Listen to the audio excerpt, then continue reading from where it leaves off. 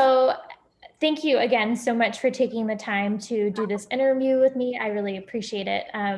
We are going to be featuring 4 Black-owned businesses for the month of February, Black History Month, for the Office of Economic Development. And they were really interested in featuring you and Brooks Behavioral Health Services. So thank you again. This is going to be a really exciting interview. And basically, it's just going to be sort of a deeper dive than the profile that we did for you back in September when you were doing the Frederick County Executive Development class. This one's going to be a little bit more about your background, how you got to where you are, that kind of stuff. And then before we publish anything, we will send you a copy of the blog so that you can review it, make sure it's all good on your side before we publish. Okay. All right.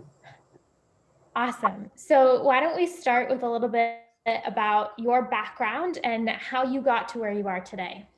I mean, I came up in a different life. You know, my parents, my dad worked for Dow Chemical, and but he was involved with patents and all kinds of things at Dow for different chemicals. And so my mom, she owned a daycare. She did that. Most of her life, and so I mean her adulthood that I can remember. And so a lot of the things that how I came up, I mean, they taught me a lot of work ethics and different things of that nature. But, you know, when I was, between like 9 and 12 years old, I was molested by a young lady who went to my church. And so for me, life just became very different. I didn't really talk to my parents about it. I just didn't. But the thing that I learned from that was that, you know, life is not always gonna hand me exactly everything that I ever wanted.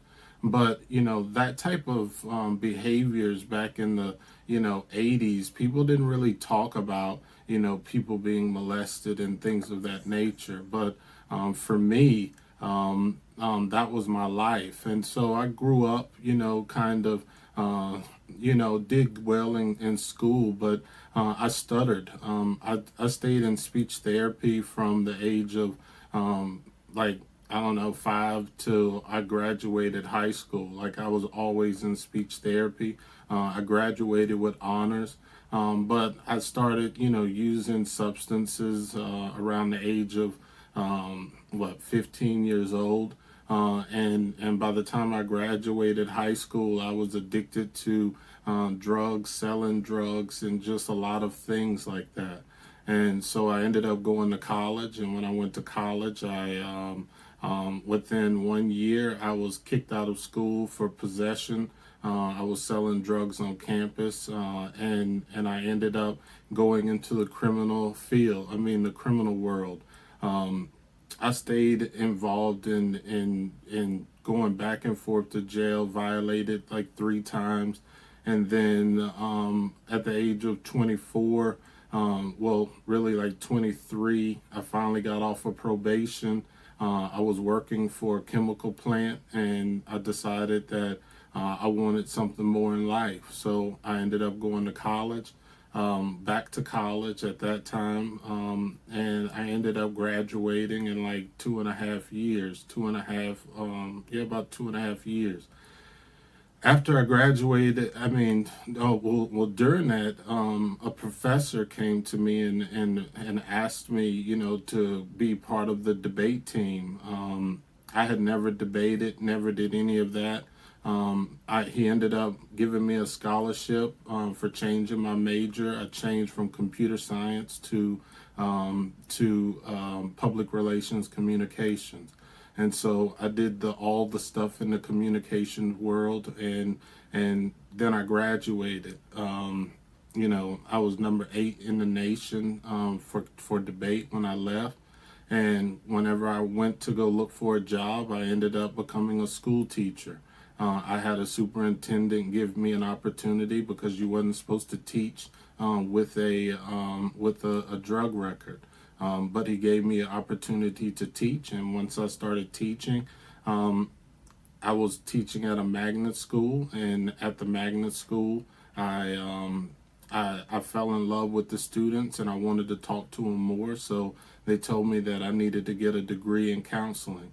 So I went and got a master's in educational counseling. When I finished that, I got the second track, that was the clinical side. And ever since then, I've worked with, autism to all spectrums of autism, Asperger's, doing behavioral work. People that were oppositional defiant, those were the people that I started out when I left the education world. And then I ended up working at the health department here in Frederick for about 10 years. I started out as a lay counselor. And then by the end that I left in 2017, I was a program manager right underneath the director and the deputy director. And I started this business, Brooks Behavioral Health Services, in 2017, and we're going on 3 years with, winning Best of the Best in 2019 and in 2020. So that's kind of how I got here. Wow.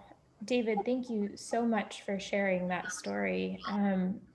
I feel like I can't continue the interview without saying that I'm so sorry that that happened to you in your childhood, and just how much I admire how you've turned your life into a really resilient and beautiful story. So thank you so much for sharing. I think that helps me put my perspective on how I write this piece a little bit better. Um, just so I'm aware, it sounds like the molestation was formative to the drug issue that you had in your youth, but I don't want to make that public with, I don't know if that's something that you want public. And so just tell me what you want filtered out of that story, or if you are, if you're fine to have anything in the piece. How do you feel about Yeah, that? I would have never told you if I cared about where it goes. I mean, Okay. to be honest, I'm glad that I I wouldn't say that I appreciate the young lady doing what she did to me, but it built my character. It built who I am as a person, and with that, I went through some of the hardest moments in my life, and I've been through moments after that, but um, I got through that, and I can get through anything else. So that's the reason why I don't regret anything in my life. So you could publish anything that you would like. Tell me a little bit about how the transition from your job at the health department to starting your own business. What caused you to make that leap? Why did you do what you did? Well, I put it to you like this. I was working with Charlie Smith and a couple other entities, a couple judges and public defenders and state's attorneys, and we were working on Veterans Court. And during Veterans Court, one of the young men who was in the program asked to he was given the opportunity to go home from jail, and he was probably halfway through our program. It was a 4 month program. It used to be a 3 month, but then when I got there, I decided that 16 weeks would be. No one should be able to leave jail earlier than that, and so I turned it into a 16 week of curriculum work that I had wrote, and from there he asked to stay in jail to finish the program because it had never looked at and addressed the things that we were working on, which was criminogenics. And whenever I started presenting changing that program to criminogenic therapy, where it's the thought process behind people that commit crimes. And so once I got that solidified, and this young man said that he would rather stay in jail than to be released, that let me think like why isn't anybody in the community doing criminal work, why do you always have to be in jail to receive that? So Oh, wow. I decided to build a business that was all on criminal thinking. And yes, I do other mental health that's not directly related to criminal behavior. But just like I had told you earlier, I had been doing work with autism and different aspects of mental health, but it was all behavioral. And so whenever I started doing substance and criminal behavior, that is like the epitome of behaviors. Like no one knows how to curve criminal behavior, because regular mental health and regular substance abuse doesn't change the criminal thinking. So um, it, I talked to my wife, and she was on board, and we just literally just walked away from everything, all benefits and all the packages and vacations and all of that. We jumped in the boat to be a owner of a business, and to see how it went. And literally, we've been successful ever since. Thank God. And you co-own this business with your wife, is that correct? Yep. Yep. Me and my wife are 50-50. Amazing. So tell me more about your business. Like I get a sense of how it started and how there was a need in the community.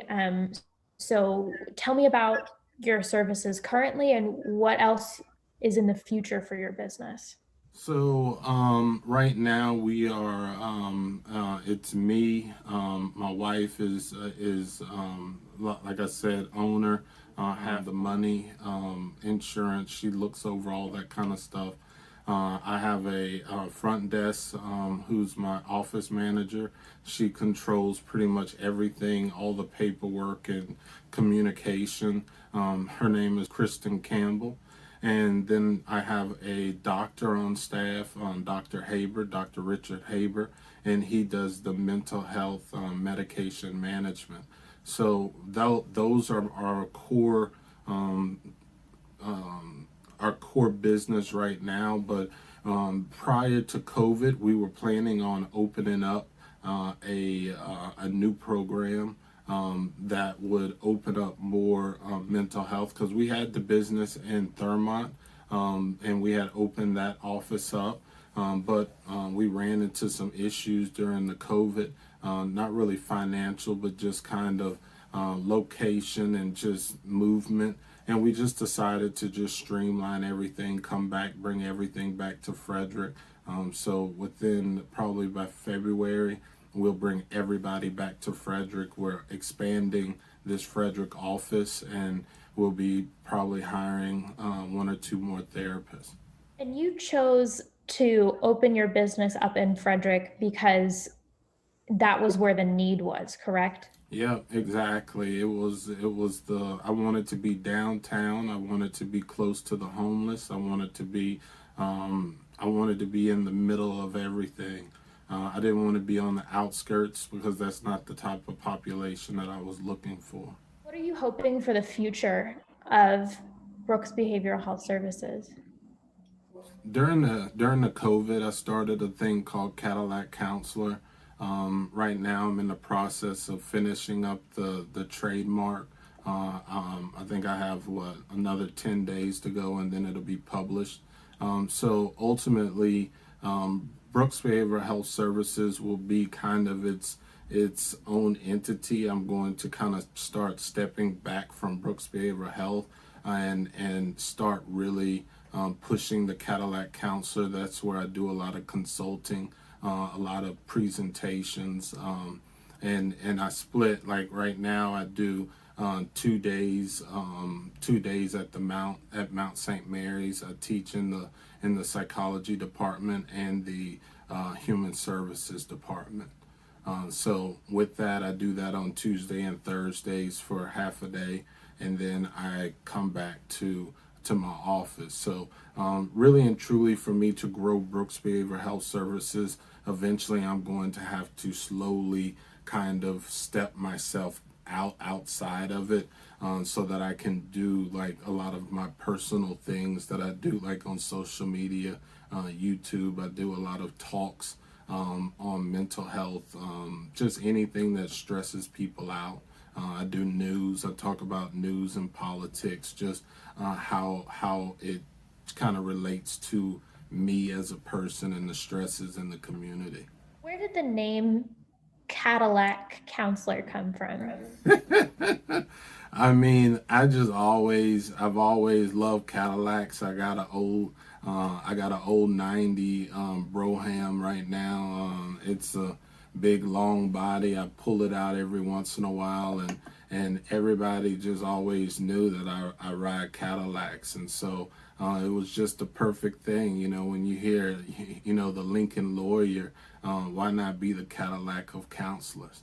You know, it's like the best of the best. It's smooth. It's smooth. It's a smooth ride. It's comfortable, and that's what I think of my counseling style. I love that.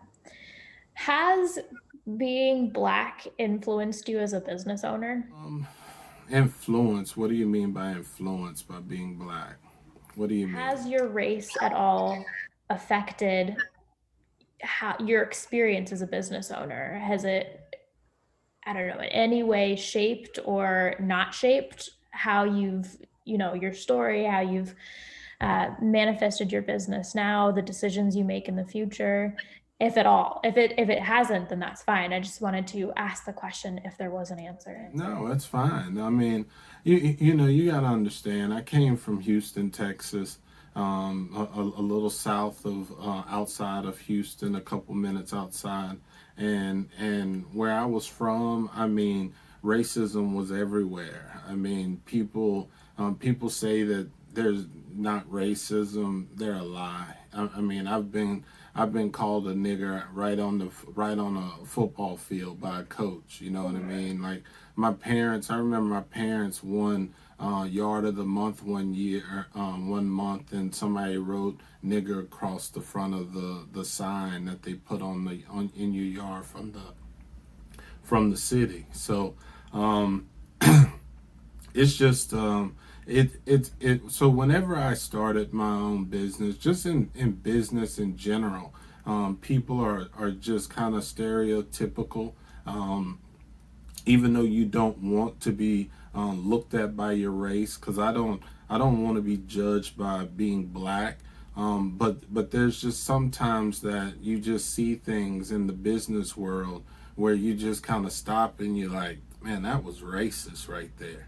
And so I just kind of got tired of dealing with all of just people's opinions and how they feel, and I just said, you know what, if I start my own business, then I never have to work for anybody.